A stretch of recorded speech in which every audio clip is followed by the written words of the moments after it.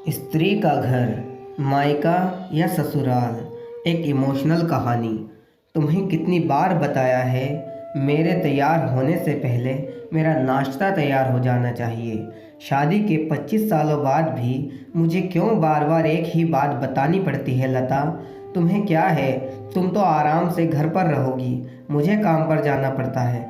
तुम हो कि हमेशा बेवकूफ़ों जैसी हरकत करती हो। अगर तुम यह जानबूझकर करती हो तो याद रखना, मुझसे बुरा कोई नहीं होगा।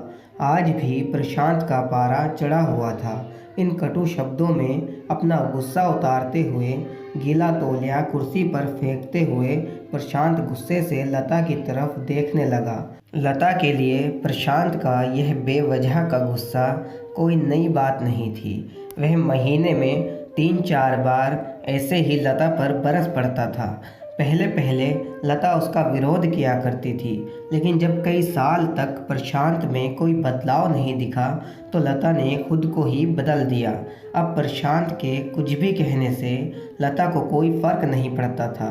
प्रशांत की हर बात वो चुपचाप सिर नीचे झुकाए सुन लेती थी। शादी के पहले 5 साल तक लता ने पूरी कोशिश की थी कि प्रशांत को बदला जाए, लेकिन फालतू का गुस्सा करना और बाद में लता को भला बुरा कहना, ये मानो जैसे उसकी आदत बन गई थी। कोई भी वाद विवाद होता तो प्रशांत सीधा लता को बोल देता, अगर मैं तुम्हें अच्छा नहीं लगता तो क्यों नहीं चली जाती अपने मायके, क्यों रहती हो मेरे साथ? इतना सब कुछ होने के बावजूद लता प्रशांत के साथ रहती थी, क्योंकि उसे अपनी बेटी की फिक्र थी। और वह जाती भी तो कहाँ, अपने बूढ़े हो चुके माँ बाप को इस उम्र में परेशान करना वह नहीं चाहती थी। समाज और लोग क्या कहेंगे, यह भी तो उसे देखना था। वह इतनी पढ़ी लिखी भी तो नहीं थी कि खुद जाकर कोई नौकरी कर सके और अपनी बेटी का पालन पोषण कर सके। लता को अब अपनी फिक्र नहीं थी, उसको फिक्र थी तो बस अपनी शादी लायक हो रही बेटी की। लता नहीं चाहती थी कि पति पत्नी के झगड़े की वजह से काव्या डिस्टर्ब हो। काव्या की पढ़ाई पूरी हो चुकी थी, उसके लिए अब शादी के रिश्ते आने लगे थे। कई रिश्तों को काव्या ठुकरा चुकी थी। 2-3 महीने बाद एक अच्छा रिश्ता आया। रिश्तेदारों और पहचान के लोगों ने भी लड़के के बहुत गुणगान किए थे।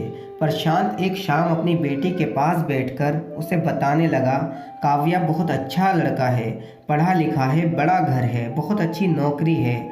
ऐसे रिश्ते बार बार नहीं आते बेटा, इस बार मना मत करना। काव्या अपने पिता से ज़्यादा बात नहीं करती थी, शायद डरती थी या शायद नफरत करती थी, लेकिन आज वो अपनी पूरी हिम्मत इकट्ठा कर बोली, मुझे अभी शादी नहीं करनी है पापा, मैं नौकरी करना चाहती हूँ, खुद अपने पैरों पर खड़ी होना चाहती हूँ। हाँ तो उसमें क्या बड़ी बात है, मैंने लड़के से बात की है, वह तुम्हें किसी बात के लिए नहीं रोकेगा। तुम शादी के बाद भी नौकरी कर सकती हो, वह तुम्हें नौकरी के लिए परमिशन दे देगा। प्रशांत बोला, मेरा नौकरी करना या ना करना उसकी परमिशन पर क्यों डिपेंड रहेगा पापा? काव्या ने पूछा।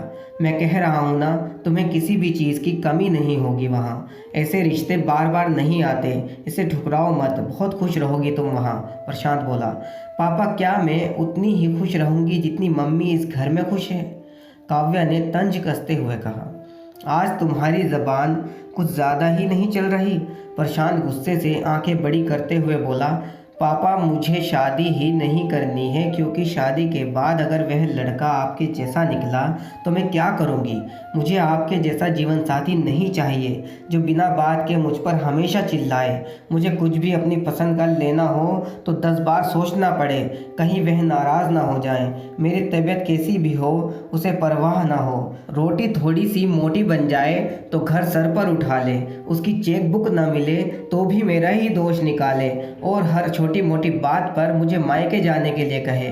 काव्या ने अपना दिल खाली करते हुए पापा से सब कह दिया। प्रशांत का गुस्सा 7वें आसमान पर था, लेकिन उसके मुंह से एक भी शब्द नहीं फूट रहा था। वो काव्या की बातें सुन रहा था। काव्या उतना ही बोलकर चुप नहीं हुई। आज पहली बार वह अपने पापा के सामने इतना कुछ बोल पा रही थी। पापा, आपने माँ के साथ हमेशा गलत व्यवहार किया है। आप अपने ऑफिस का गुस्सा बिना सोचे समझे माँ पर उतार देते हैं, कभी इस बात की परवाह भी नहीं करते कि उन्हें कैसा लगता होगा। आपकी बातें सुन सुन माँ ने अपना स्वाभिमान खो दिया। प्रशांत आज पहली बार अपने किए बर्तावों को महसूस कर पा रहा था। वो इतना ही बोल पाया, जो तुम्हारा मन है वो करो, मैं तो इतना बुरा हूँ ना। काव्या ने प्रशांत का हाथ पकड़ा और बोली, पापा मुझे सिर्फ एक सवाल का जवाब दे दो, क्या आप चाहेंगे कि मेरा पति आपके जैसा हो? अगर आपका जवाब हाँ है तो कर दीजिए मेरा रिश्ता आज ही, और ना है तो मुझे आत्मनिर्भर बनने दीजिए। प्रशांत कुछ भी ना बोल पाया और वहाँ से चुपचाप बाहर चला गया। आज उसे लता के सामने जाने में शर्म आ रही थी। चलते चलते उसकी आंखों से आंसू बह रहे थे। प्रशांत ने आज से अपने आप को बदलने का निश्चय किया। अगले दिन से लता ने अपने पति में काफ़ी बदलाव देखा। वह सोचने लगी कि जो हिम्मत काव्या ने दिखाई है, वह हिम्मत अगर मैं पहले ही दिखा देती तो शायद आज परिस्थिति कुछ और होती। अब काव्या पढ़ लिख कर अच्छी नौकरी करने लगी थी और 3 साल बाद उसके लिए एक अच्छा रिश्ता आया। और उसकी विदाई पर प्रशांत बोला, बेटा तू हमेशा खुश रहेगी, क्योंकि तेरा पति तेरे बाप जैसा नहीं है। प्रशांत की यह बात सुनकर लता और काव्या की आंखों से आंसू बहने लगे। दोस्तों, हमारे समाज में औरतों को भले ही देवी का दर्जा दिया जाता है, लेकिन वह स्वतंत्रता नहीं दी जाती जो उन्हें देनी चाहिए। उन्हें बचपन से ही बताया जाता है कि वह पराया धन है। स्कूल से आने में देर हो जाए तो पिटाई मिलती है, मोबाइल पर बातें करते हुए दिख जाए या खिड़की से झांकते हुए दिख जाए तो शक किया जाता है। माँ बाप का घर तुम्हारा नहीं है, पति का घर ही तुम्हारा घर है। जीवन भर यह बातें बता बता कर उन्हें ससुराल भेज दिया जाता है और एक दिन किसी छोटे मोटे झगड़े में ससुराल वालों से उन्हें सुनना पड़ता है कि इस घर को छोड़ दो और मायके चली जाओ। अब आप ही बताओ दोस्तों, ऐसी स्त्रियों का सच्चा घर कौन सा है? आखिरकार वह किस घर को अपना कहें? दोस्तों, आपसे गुजारिश है, जो स्त्री अपने माँ बाप और अपना परिवार छोड़कर जीवन भर के लिए हमारे पास आ जाती है, उसको ज़्यादा से ज़्यादा खुश रखने की कोशिश करें, उसको सम्मान दें, उसकी इज्जत करें। उससे कोई गलती हो भी जाए तो उसे प्यार से समझाएं। अगर आप ऐसा नहीं करेंगे तो वह पूरी ज़िंदगी घुट घुट कर जिएगी और ख़ुद को एक कैद में महसूस करेगी। दोस्तों, आपको ये कहानी कैसी लगी कमेंट में ज़रूर बताना और इसको ज़्यादा से ज़्यादा शेयर करना। Thanks for watching, subscribe now.